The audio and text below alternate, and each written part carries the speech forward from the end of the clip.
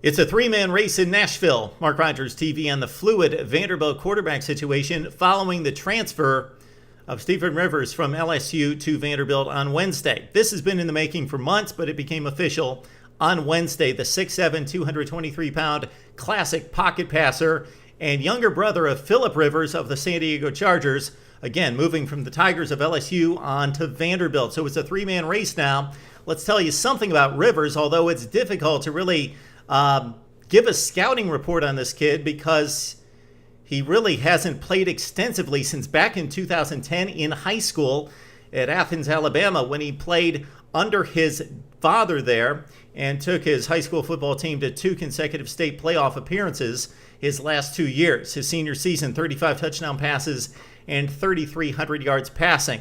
Stephen Rivers tweeted today that he's excited about the new opportunity and meeting his new teammates. And again, classic pocket passer that hoped to play for LSU, was actually number 2 on the depth chart behind Zach Mettenberger, but got beat out this past season by Anthony Jennings.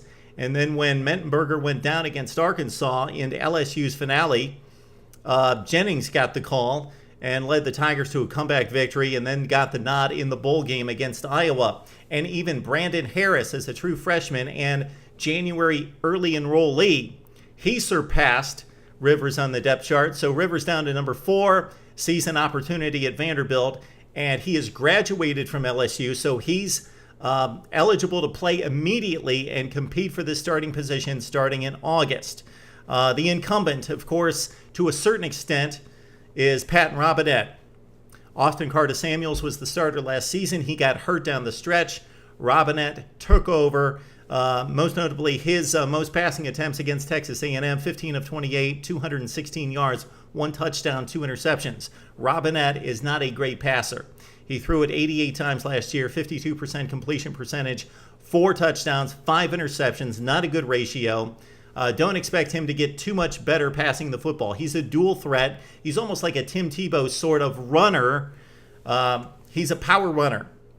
He's got decent speed, but mostly not elusive. He's a power runner.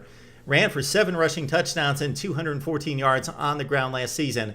Again, in completing that season, the Carta-Samuels started at quarterback as the Commodores for the 2nd consecutive season went 9-4 and finished in the top 25 after a bowl win over Houston. The Carta-Samuels led 41-24 despite not doing much with the football through the air. It's 6 of 19 passing. He ran for 37 yards, so it was mostly Vandy defense and special teams and the play of the running backs, Jerron Seymour and company on the ground with the Commodores' win over the Cougars.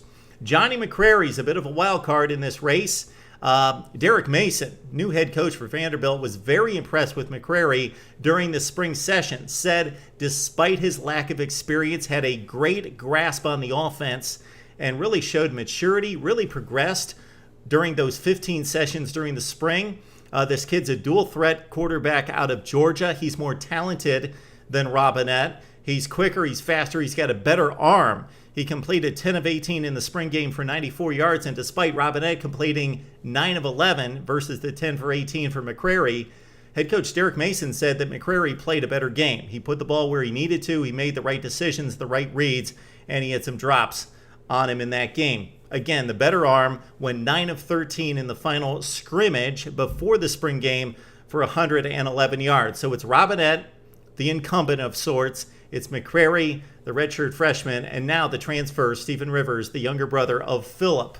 The Vanderbilt quarterback race, there it is. Robinette, McCrary, and Rivers. Would love to hear what you have to say about Vandy football right here on Mark Rogers TV.